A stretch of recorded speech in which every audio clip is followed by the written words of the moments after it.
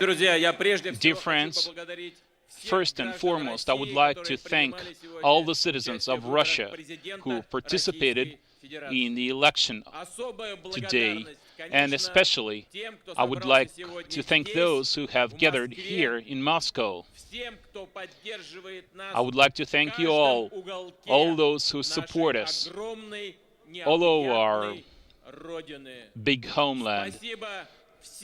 Thank you, everybody, all those who said yes to a great Russia. I asked you once, will we win? We will win, and we have won.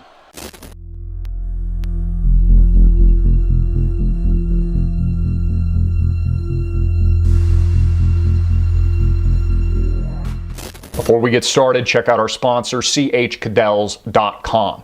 Get all of your survival and outdoor gear exclusively at CH Cadells. Check out their survival foods, watches, M48 Ops gear, and the LifeStraw personal water filter. That's chcadells.com. Always be prepared.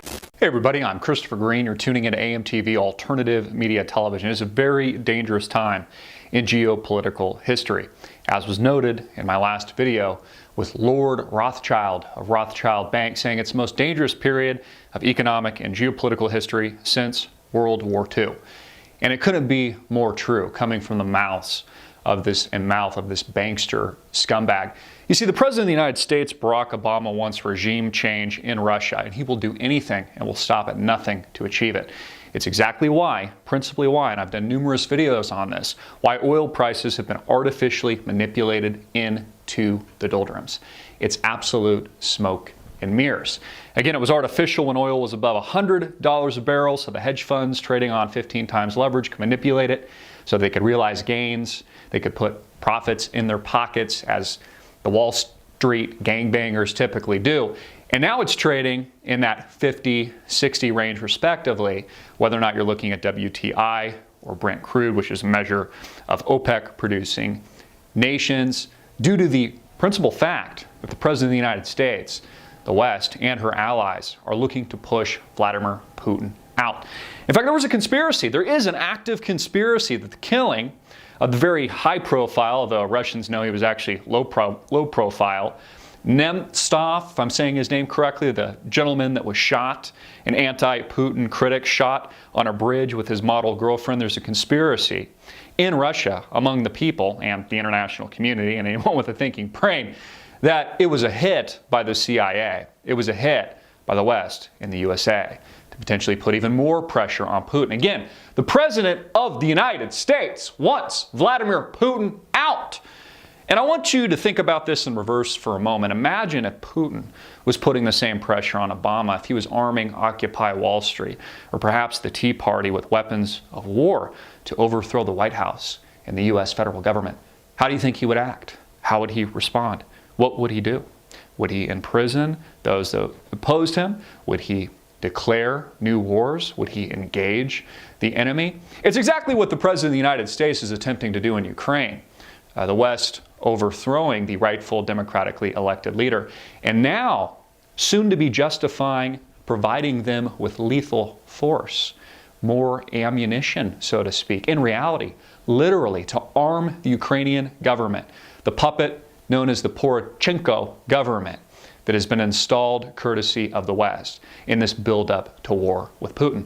It's exactly why 80% of all Russians have a negative outlook on America and Americans in general. Because they view Americans, a typical American, typical fat-ass McDonald's, eating super leveraged, lazy POS, who somehow finds enough money through, I guess, the socialization programs created by Obama to buy their Apple Watches and their iPads and iPods, but still can't find any money to support gas prices. Again, we're expected to believe that the demand just isn't there, but somehow Apple is going to be a multi-trillion-dollar company, the first company allegedly with a market cap of over $1 trillion plus. You know, Americans can't get enough Starbucks or Apple watches for $300 to $500, but can't support gas prices. Also, you notice the gas prices have actually gone up even though oil is artificially low. They're still banging you, the consumer, even though oil prices, if you check the market, is at 50 to 60, depending on whether or not you're looking at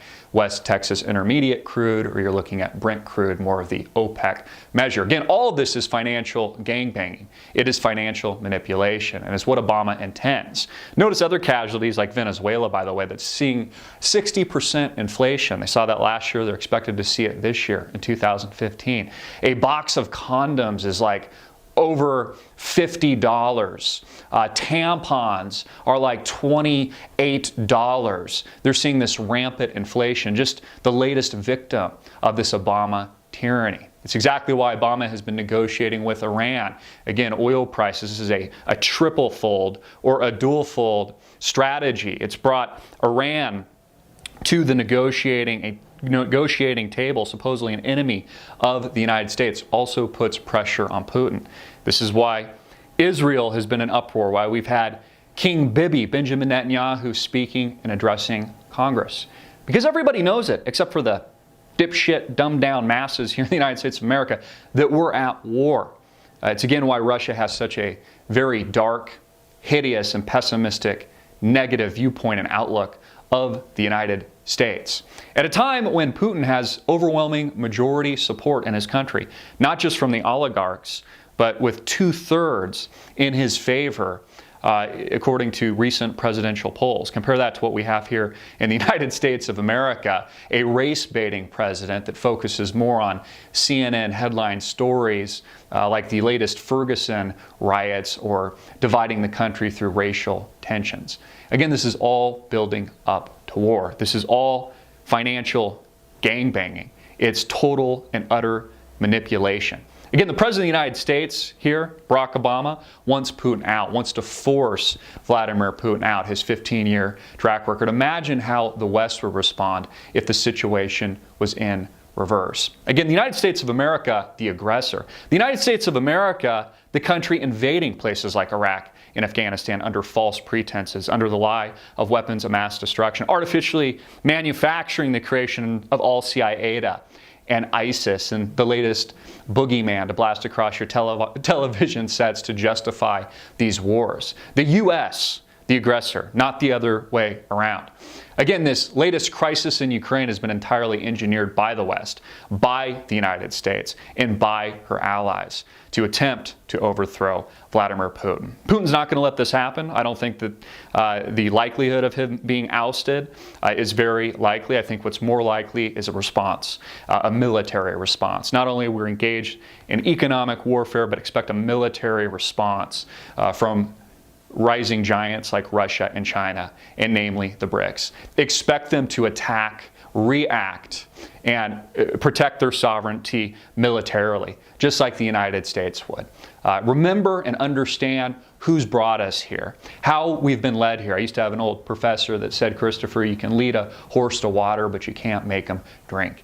And it's exactly the situation we have today. Leading to war, leading to more global instability, unrest, and all of us paying the price. I'm Christopher Green. Get this video out everywhere, make it viral, hard-hitting it in your face, and click the link below to support our sponsor.